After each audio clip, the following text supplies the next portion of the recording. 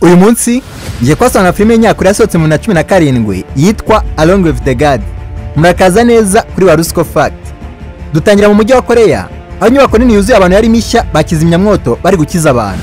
Muri ako kanya batwereka umugabo witwa Kim asimbuka inyubako n'umwana muto. Kubw'amahirwe make umugozi uracika ikubita hasi maze Kim atangiye kubona ubuzima bwe bwose imbere ye. Bitunguranye batwereka Kim arokoka accident ntacyo abaye. Arangira arahaguruka asanganira umwana n'ababyeyi be, abaje niba umwana ameze neza baramwihorera. Kim utarosobanukiwe n'ibintu biri kumubaho yumva ijwi riri kumuhamagara ahindukiye. Abona umusore witwa Mark n'umukobwa witwa Shuni aribo bari kumuhamagara. Kim yasaza basatira basaba gunga kugira ngo umuriro utabagwaho. Kim atarabagera abona umuntu basaba ari gukora ubutabazi bw'ibanze. Mark na Shuni barangije amubwira ko yapfuye ari umutagatifu ko baje kumufata kugira ngo ajye gucirwa urubanza. Kim yahise yanga kubyemera arangije ababwira ko atafata abonanye na mama we. Kim asubiye inyuma ngo abacika ahita afunguka uryango rinatangira kuzamuka.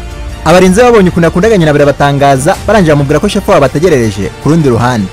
Twihuse batwaka Kim n'abarinzi bagira mu isi y'abapfuye. Bacyajya bakirwa na shefu Rimu usakimanga kumusuza avuga ko atari umutagatifu. Kim n'abagenzi bahise binjira mu muryango gusa bitunguranye bisanga mu misozi y'abicanye. Mark amubajije nimba yarisha umuntu igihe ari mu isi. Kim amubwira ko atabitinyuka. Captain Rimu arangije amubwira ko ashobora kuba yarisha umuntu mu buryo buri indirect. Kim yahise ajyana mu rukiko rwa mbere barangije batwereka munsi y'ahantu yaragaza abantu benshi bari gushya. Kim barangije amubwira ko natsindwa urubanza nawe araza kuba umwe muri bo. Abashinjacyaha badatinze bahise batangira gucira Kim urubanza babwira Imana y'urupfu ko Kim yaretse inshuti igahera mu nzu kandi yarafite uburyo n'umwanya wo kuyikiza.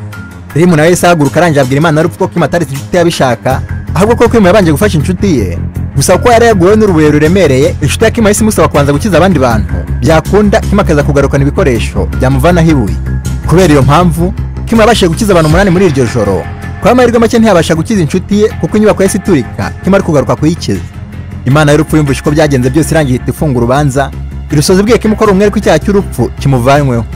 Nyuma batwereka Kim bari mu bwato bari kwerekeza ku rukiko rwa kabiri.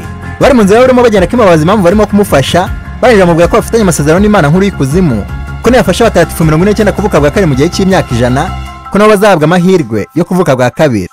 Kim rero akaba ari umutagatifu wa 48 barimo gufasha. Bidatinze ba Kim baje kujya ku rukiko rwa kabiri maze Shuni atangiye kwereka umucamanza mukuru ko Kim yabaye ubuzima bwe bwose ko yabaye ari umugabo wishyira mu byago ariko agafasha abantu n'inyamanza. Umucamanza mukuru byamushimishije arangije abaza Kim cyamutera kwitanga cyane. Kim amubwiye ko yabiterwa n'amafaranga. Umucamanza ahita asaba ko bamujugunya mu kimashini gisi cy'abantu ubundi bakarebwa n'amafi.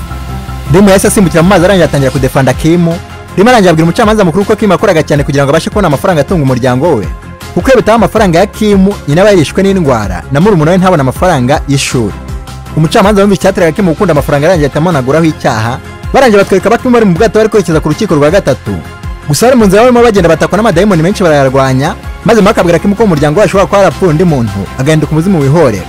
Kubera iyo mpamvu Captain Rimu yahise asura umuryango wa Kim.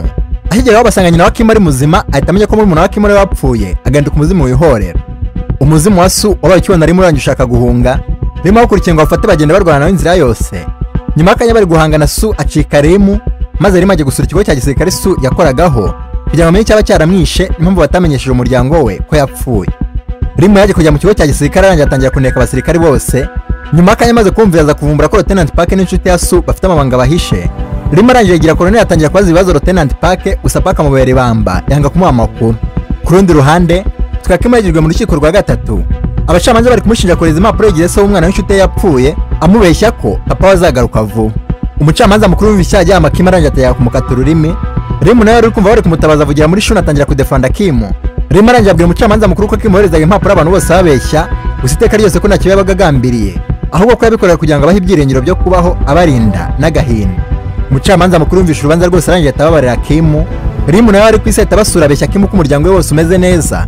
Kim agiye inyuma atangiye guserebura Rimu ahita abwiza ikipe y'ukuri gusaba ko babigira ibanga. Rimu yahise asubiza ibihe inyuma ngo arebe icyaba cyarishe Su mu ijoro yapfiriyeho. Gusa nyuma akanya avumbura ko Su yarashwe n'inshuti itabishaka. Lieutenant Park abivumbuye nawe ahitamo kumuhamba mu ibanga kugira ngo batazamwima promosiyo ye yari hafi guhabwa. Rimu yitegereje umurambo wa Su arangije abona winyeganyeza.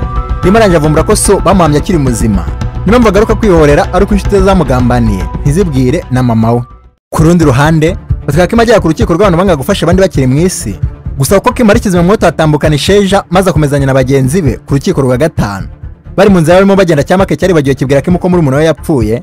Gusa uko Captain Rimu arimo atabura Su bibagiraho ingaruka. Ikimashini cya kibatwaye kidukana Mark na Shuni. Kim ahita amanukira ku mugozi aza kubafasha. Twihuse batwereka Kim bagera ku rukiko rw'abantu bagambaniraga inshuti y'imiryango yabo. gusa ko Kim ari umutagatifu nabo basanga nta muntu yigeze agambanira, maze umucamanza mukuru ahita bareka baratambuka. Rimu nawe aho yari batwereka abona umuzimu wa Su ushaka kwica umusirikare wamurashe, umuzimu wa Su ukibona Rimu ushaka guhunga. Rimu kuri no cyono ntara gukurikira uzirikisha umugozi we waka, aranje abwira ko nutabarira abawishe ko roho ye nayo izatwika. Su n'umujinya mwinshi yabwiye Rimu ko atabarira kuko bamugambane bakamuhamba yumva. Su aranje akoresha imbaraga nyinshi akimigoza acika Rimu. Wa musore nawe warashe Su icya kimurazi wabo nshuti ye ajugunye umukecuru mapu yerekana aho umuhungu wahamye. Su warimo abireba byose yabonye ko iteshwe nagenda ko nawe yamwishe tabishaka. Su arayasaba Rimu kumubwira ko yamubabariye kugira ngo aruhuke mu mutima. Kungurana yuko nawe arahita yemera kugira ngo gucirwa urubanza nta mahane yongeye guteza. Ku rundi ruhande batweka Bakimo bajya ku rukiko rwa gatandatu. Basimbutse mu cyongo wanuka yasibongera kuri iyo byo kapiteni wabo yarimo akora ahuza umuntu uriho n'undi wapfuye. Nyuma kanya Bakimo bamanuka bakubitwa n'ibiwe baje kwisanga icyo bakirangirira. Bakigera hasi bakirwa n'Imana y'urugomo. Abacamanza batenze batangira gushinja Kim gukubita muri umuntu we wari urwaye kandi ko atiza musaba imbabazi kuva ari abana kugeza apfuye. Umucamanza mukuru yumva ikirego cyose cya Kim ahita amukatira, arayataya ko Kim agomba gusanga abandi banyarugomo bahora bakubitwa n'amabuye. Mark na Shuni bumvishe ko umukiriya wabo bagiye gutsindwa basaba guhuza urubanza n'urwa nyuma. Umucamanza arangiye gusa ko nibatsindwa urubanza rwa nyuma Kim arangabwe kubye kabiri kandi nabo bagatakaza ubushobozi bwabo bwo kuzavuka bwa kabiri. Mark na Shuni barabyemeye barangiye berekeza ku rukiko rwa nyuma. Sarimo bagera Shuni avumbura ko Kim yagerageje kwica nyina. Kim bamubaje avuga ko umuryango wari gusufura cyane ko ashaka kwica famiye yose nawe akica nyuma.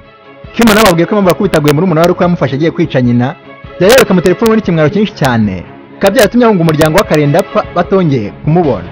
Ku rundi ruhande batereka mukecuru aza ku kigo cya gisirikare gushakisha umuhungu we. Rimu na Su barimo batambuka bamubonye baratungurwa barahagarara, maze Lieutenant Park waruzi ibyo yakoze ataka mukecuru ashwanyaguza mapu ye ategeka n'abasirikare be kumujugunya hanze. Su wari watuje yabonye mwicanyi yasunitse nyina maze akwanya ahita ahinduka, umujinya umurenze ateza tornado nini atangira kwica abasirikare bose bari hafi aho. Rimu nawe arimo akiza abantu ahamagara Mark amusaba ubufasha. Mark abyumvishe tamanuka n'inkota yasenye urusitati rwa Su. Rimu ahita profita muzirikisha rwa rugozi rwe rwaka Su abona gutuza. Twihuse gato Zga Kim na Shuni bajya mu rukiko rwa nyuma. Kim ari gushinga gushaka kwica no gukubita muri umuntu nawe, barenje banamubwira ko igihe ashaka kwica nyina abimenye, ahubwo ko umukecuru yabyigumaniye mu mutima we bigatuma abo yishinja amakosa menshi ubuzima bwe bwose. Kim aragane kenshi atangira kurya yisabira ibihano. Nyuma kanyazi ijwi ritangira guteza umutingitano bari bahagaze. Barebye basanga ari mu wahurije Su na nyina mu nzozi, maze Su atangira gusabira Kim imbabazi. Anabwira umukecuru uburyo Kim yabayeho nabi kugira ngo bo babashe kubaho. Umukecuru utaravuye yahise abwira Su ko yabariye umuhungu we kera, arangira abwira asaba imbabazi uko byamunaniye kubatunga bakiriho. Imana yakoze imurumvisha umuryango wose wa Kim barita isoza urubanza. Kim ahita ahabwa amahirwe yo kongera kuvuka bwa kabiri. Nyuma batweka Karima abwira Mark ko afite undi mutagatifu amenwe n'ikina maze misiyo yabo nawe gahita irangira. Mark amubaje wo mutagatifu aramwereka Su. Filime irangira Mark yanze kwemera ko Su yaba umutagatifu. Kanda hano urebe ni filime ndabizi urayikunda. Bye.